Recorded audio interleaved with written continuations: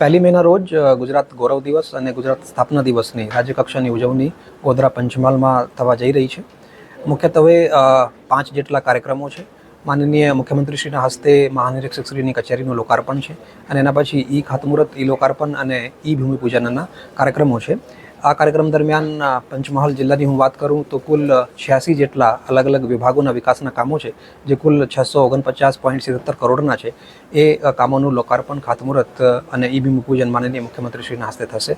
એના પછી પંચામૃત ડેરી ખાતે પણ 2 વિકાસના કામો છે, જેનું લોકાર્પણ અને ખાતમુહૂર્ત માનનીય મુખ્યમંત્રીશ્રીના હસ્તે થવાનું છે.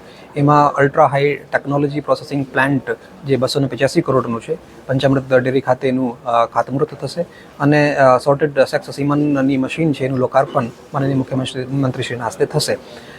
સાંજે 6 વાગ્યા પોલીસ પરેડનો કાર્યક્રમ છે, જે બામરોલી રોડ ઉપર હશે. 22 જેટલી અલગ અલગ વિસ્તારોમાંથી આવેલી પોલીસની પ્લાટૂન્સ અને પોલીસ બેન્ડ દ્વારા પરેડનું આયોજન કર્યું છે અને માનનીય મુખ્યમંત્રીશ્રી અને માનનીય રાજ્યપાલશ્રી આ પરેડની સલામી લેશે.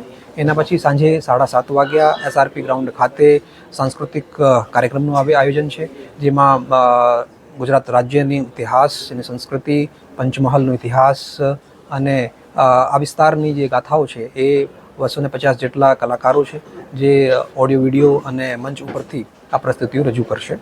એના વચ્ચે બપોરે માનનીય મુખ્યમંત્રીશ્રીના હસ્તે હાલોલમાં રૂબામીન કંપની ખાતે જે લિથિયમ આયન પ્રોસેસિંગ પ્લાન્ટ છે, લિથિયમ આયન બેટરીઝનું પ્રોસેસિંગ પ્લાન્ટ છે, એનું પણ ઇનોગ્રેશન માનનીય મુખ્યમંત્રીશ્રીના હસ્તે થશે. આ તમામ કાર્યક્રમોની તૈયારીઓ વહીવટીતંત્ર દ્વારા પૂર્ણ કરી લેવામાં આવી છે. હું તમામ નાગરિકોને આગ્રહ કરું છું, અનુરોધ કરું છું અને નિમંત્રણ આપું છું કે આપ તમામ કાર્યક્રમોમાં આપણી સાથે જોડાઓ અને એ કાર્યક્રમનું સહભાગી થાઓ.